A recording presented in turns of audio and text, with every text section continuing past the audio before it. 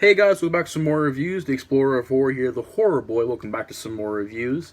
And today we're talking about Sleepaway Camp 3 Teenage Wasteland, which came out in 1989, gets a 5.2 on IMDb. Directed by Michael A. Simpson.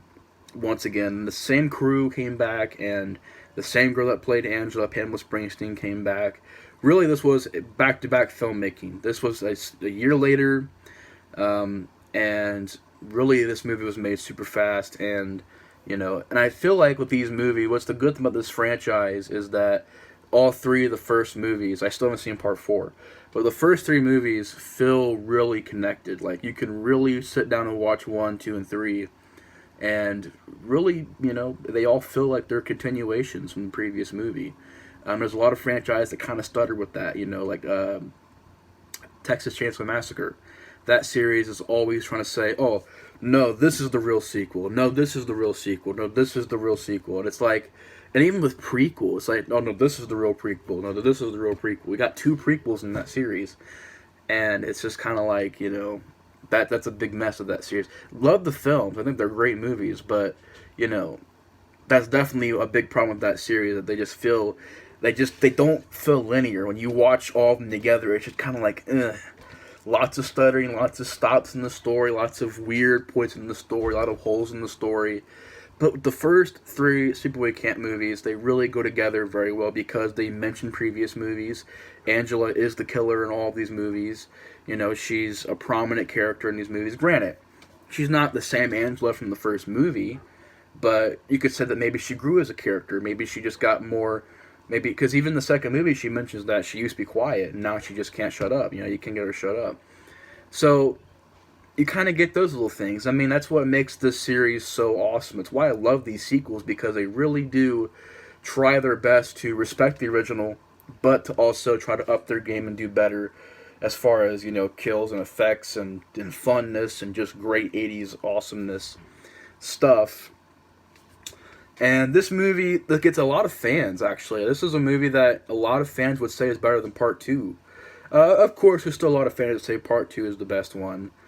For me, I'm more of the side of Part 2, because Part 2 to me is just such an amazing sequel. But I still love this movie. I think it's just, if it's not as good as Part 2, it's just barely missing that, because I think it really nails a lot of stuff in this film. And I think that there's some problems in this movie that really, kind of drag it down compared to Part 2. But, like I said, still a great movie that I love. I still love this movie. I also noticed that Parts 2 and 3 also get a lot of flack. Like, a lot of fans really don't like these movies. There's some fans that like the sequels. There's some fans that like just the original.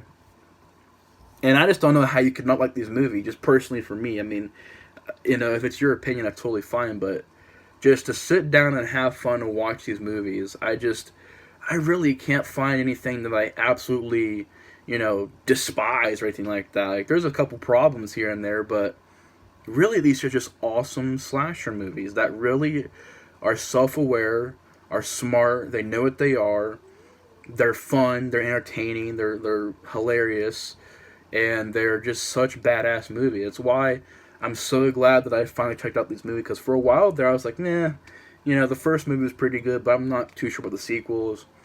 And I regret not picking these movies on the Blu-ray when I had a chance, because, these movies are really, really well done. And even if I can say I'm more of a fan of Part 2, I still love this movie. I still love Part 3. Teenage Wasteland! I just love this movie. I think it's just such a badass slasher film.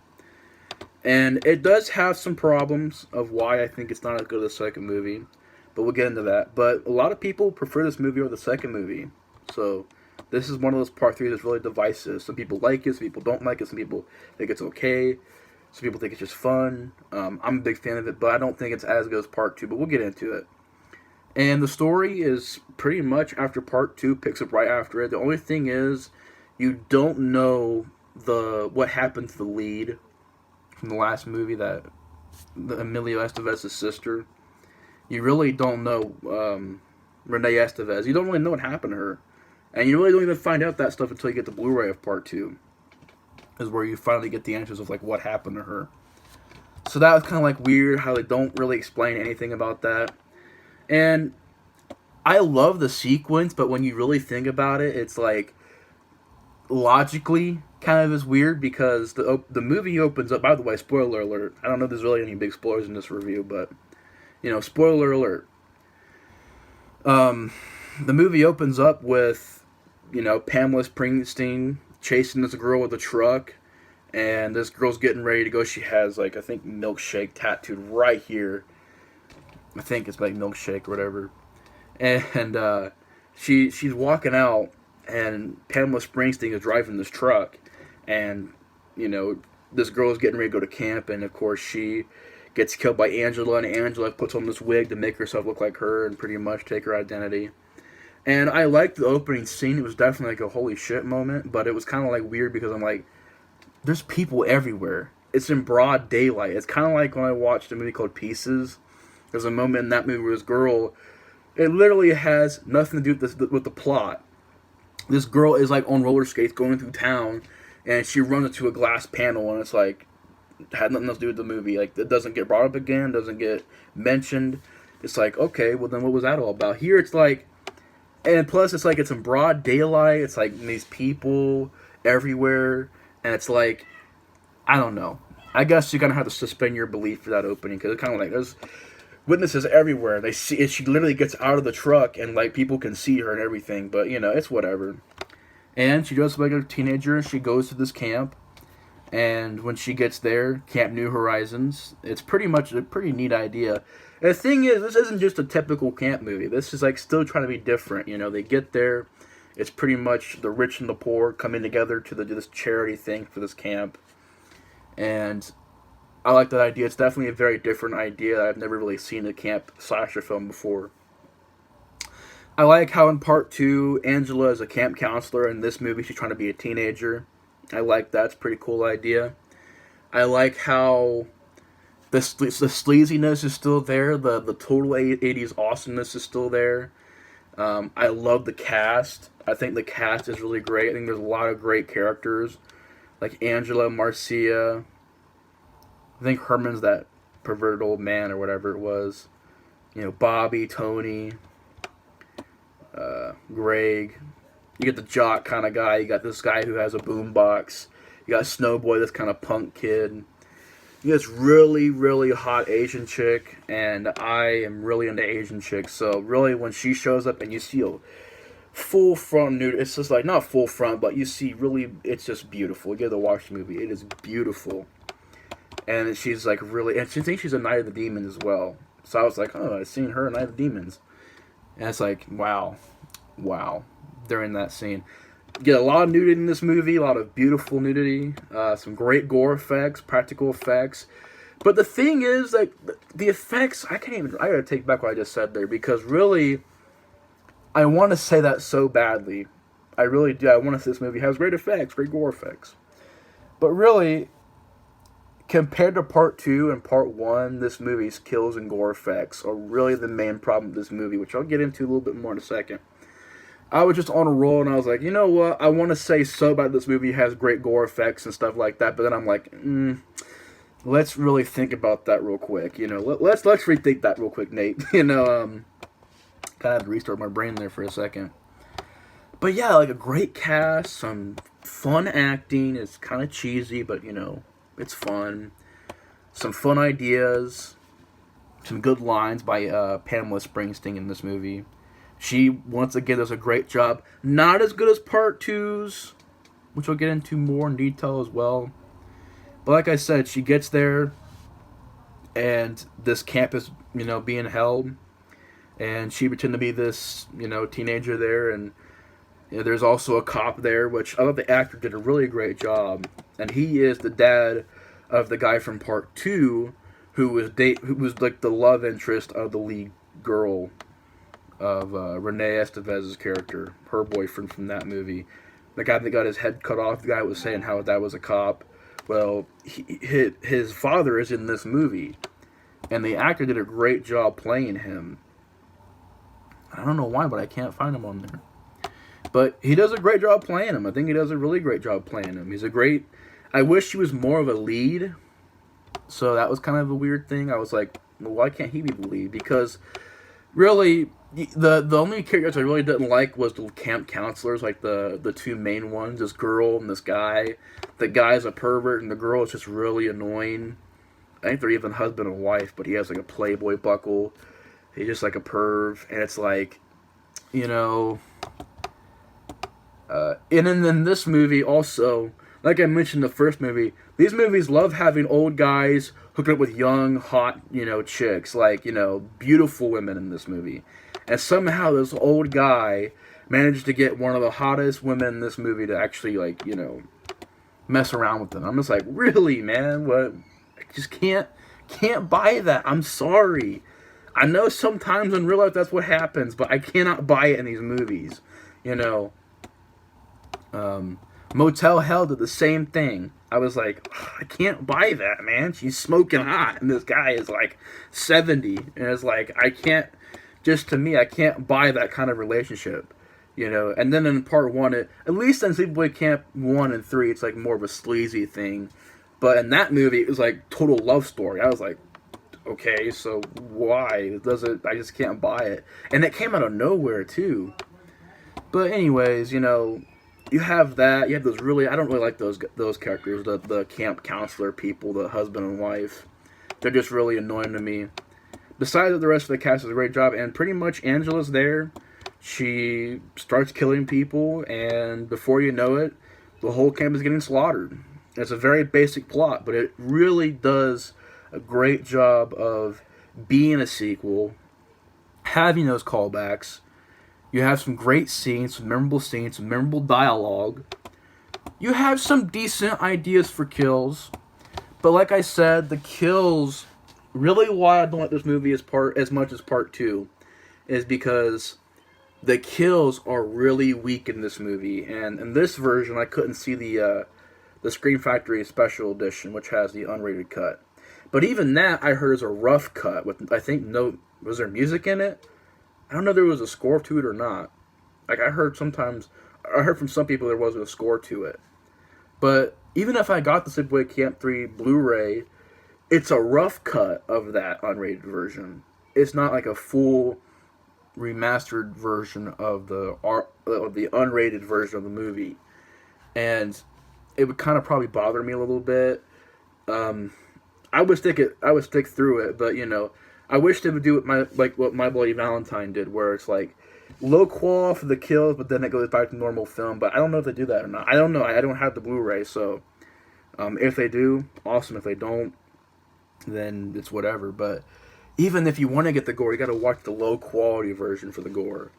And it's unfortunate because 1989 was really not a great year for horror. Let's be honest. I mean, I don't hate Nightmare on Elm Street Part 5, The Dream Child, but everybody does. And I don't hate it. I used to hate it. I did a rant on it a while ago. But I watched it since then, and I don't know. Part 5 is a weird movie to me because it's like, has really awful things in it, but somehow I can still watch it, and there's also some really great things in it that I didn't really think about, which maybe one day I can rediscuss that movie, because I really had a big change of heart with that movie, because really, I did a rant on it, but I don't know, it's not that bad of a movie to me. It's like Halloween 5, Halloween 5, it's meh at most. But 1989 was just not a great year. I mean, we had what? We had Friday the 13th Part 8, Jason Takes Manhattan, which is the worst Friday the 13th film to me, if I can say it. Nightmare on Elm Street 5, even though I don't hate it, it's not one of my favorites. It's just a meh movie. Halloween 5 is a meh movie. A year after this, Texas Chainsaw Massacre Part 3, Leatherface. That's a pretty good movie, but they did the same thing. They took the gore out of it. And the main thing of these movies is that the MPAA shred these movies down. If you were making slasher movies at this time, it was impossible to get actual gore in your movie. And that's why Nightmare on Elm Street Part 5 and Texas Chainsaw Massacre Part 3 and Halloween 5 and this movie and what else they made. There was like a couple of movies that came out in the early 90s that really got shredded down. The Nightmare on Elm Street, not Nightmare on Elm Street, Night of the Living Dead. They really weren't that gory or bloody. They barely had blood in them. and it's because the MPAA really wrote a lot of movies in the late 80s and early 90s. Even Friday the 13th Part 7, The New Blood, was just really awfully cut, and the MPAA just destroyed that film, destroyed it. And the MPAA destroyed this movie as well. I mean, it's very cut down. It's not bloodless. Like, it's not as bad as Chainsaw Massacre 3, but it's still pretty cut down, especially after watching this. I watched this right after Part 2, and I was hyped. I'm like, all right, I'm going to watch the next movie. But really, I noticed quite really quickly that the gore effects were not going to be, as good as the first or second movie, because really this movie's cut down a lot. And I can't really fault the filmmakers for that. I can't fault the movie on that. But it really, really, really affected the watch of the film. It really did. Because if you're having a slasher film with very little blood or gore, there's really no gore in it. It's just blood here and there. And if you have a slasher film that's like that, I think it really does kind of bring it down a little bit, Even, Part 3 of Texas Chainsaw Massacre, same thing. It's like, I love that movie, but really that gore being out of it and it being shredded to pieces by the MPA really bothers me when I watch it. It's like, really, these cuts are just so obvious throughout the entire movie. It's just so noticeable. Nightmare on Elm Street 5, same thing, the Friday the 13th Part 7 and 8, same thing. You notice there's not gore in it. There's no gore. And maybe I would change my mind about that whole thing if I seen the actual uncut version of this film, but I'll have to watch that again one day. But as far as the theatrical cut, it's pretty tame. And they had some great, and it's unfortunate because they had some really great kills in this movie. At least ideas for kills. A lawnmower kill. There's a kill where she raises this girl up on a flagpole and drops her to her death. And a lot of the really weak ones, like the ones where she just beat people with sticks over the head. That stuff, I was like, all right, this is blood. There's nothing to that effect at all. Just, I'm gonna beat you over the head with a stick that can break. It's like, really, a stick that she just finds on the ground and just beats people over the head with it. It's like, really. Even in Part 2, it's like she used a stick to beat people, but she didn't really. If I think about it correctly, I don't remember if she killed anybody with a stick in the second movie. She just kind of beat them with it, And even in the opening of Part 2, she still cuts that girl's tongue out, so it's like, still a brutal scene. But in this movie, there's a lot of stick kills of her beating people with sticks. There's a scene where she takes a stick through this guy's through his mouth and out the back of his head, but you really don't see it. You just kind of get the idea of it. He screams and she brings the stick down, and that's all you see. So I'd imagine that the stick went through the back of his head or something like that, but I don't know. So yeah, besides the stick death scenes, batter up, slapping some guy in the head with the stick. This was really, really weak kill. Besides that, you have a firecracker kill where this guy gets his freaking face blown apart by a firecracker. Not very realistic, but, still a pretty cool idea. Maybe it is realistic, I just don't know about it, Maybe it is realistic, you can actually blow your face, I don't know, but, to me it's kind of a little bit, overly done, I don't think it'll blow your whole face off like that. It might hurt, but I don't think it'll blow it all up like that. There's a lawnmower death scene that got cut down. There's a scene where this guy that's in this tent, she made a mixtape for him, and he's listening to it going, what the hell? And she kind of just knocks him with a stick, and then he's in there, trying to figure out what's going on. She grabs these stakes and stakes his hands and stuff down while he's in the tent. And there's a creepy part. I just don't know why it was so creepy, but the way that it was done where he's screaming, she grabs a stake and stakes a couple times, and then he just stops screaming. It's just, I don't know, it's just a creepy scene to me. The Asian chick, she gets pushed into a tent. When she's coming back out, she gets her head chopped up by an axe, but it's cut down to pieces. The guy gets shot by a gun.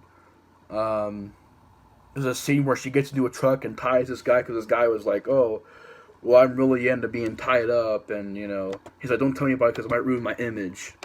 And he's talking about how he wants to be in politics one day, and he doesn't want this stuff to get out. He's like, please don't tell anybody about this. And she's like, oh, okay. She ties him to a tree and ties his arms behind him, but she also tied the rope to a truck, and she drives off and rips his arms out of place.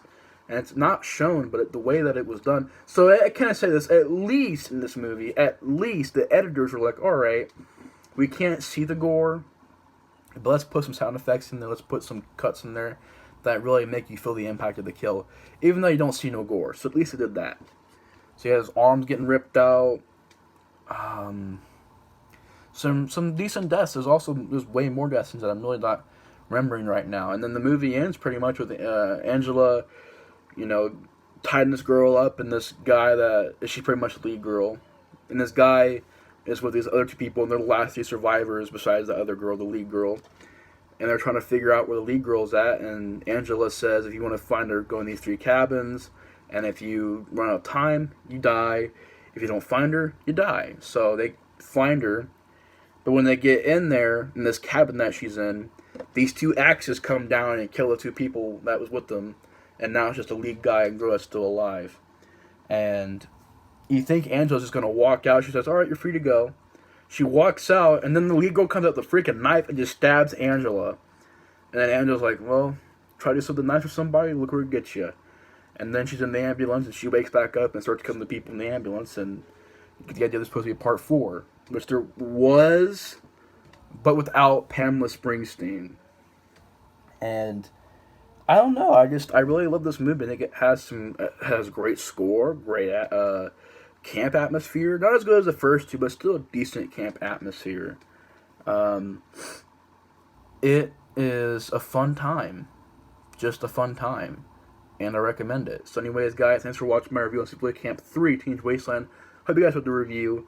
And thanks for watching. Explorer 4 is out. See you guys later. Bye.